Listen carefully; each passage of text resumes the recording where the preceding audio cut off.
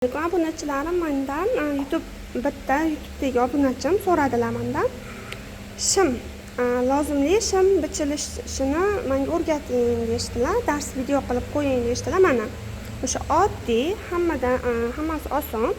Bor eniga bukladim, 4 sm joy qoldi. Mana o'rta tomondan, bu o'rta tomoni edi, mana bo'lib oldim.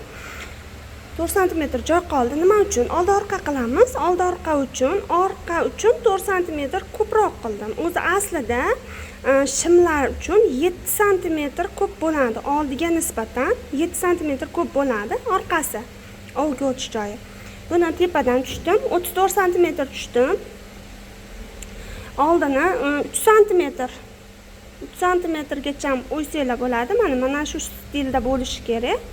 Chunki mana bittan o'yib qo'yadigan bo'lsalaring, nima bo'lib qoladi? To'g'ri kelmay qoladi-da, noto'g'ri bo'lib qoladi. Keyin orqa oldi, lekin bir xil o'yildi mana. Orqa oldi bir xil o'yildi, mana ochib oldim. Xuddi shu shaklda eng oson usulini o'rgatdim men hozir. Bunda hech qachon hech qaysi klientim qaytmagan, hech qaysi klientim отказ qilib, yomon bo'libdi, bunday deyishmagan. Bor eniga olin pasi ham hammaga birdek ma'qul keladigan andazamni ko'rsatib beryapman sizlarga. Yoqqan bo'lsa like bosib, obuna bo'lib qo'yinglar. Yoqmagan bo'lsa, kommentariyada, izohlarda fikrlaringni yozib qoldirishlaring mumkin. Inobatga olaman. Keyingi videolarim nima haqida bo'lishini aytib ketsalaring, yana videolar qo'yishda davom etaman.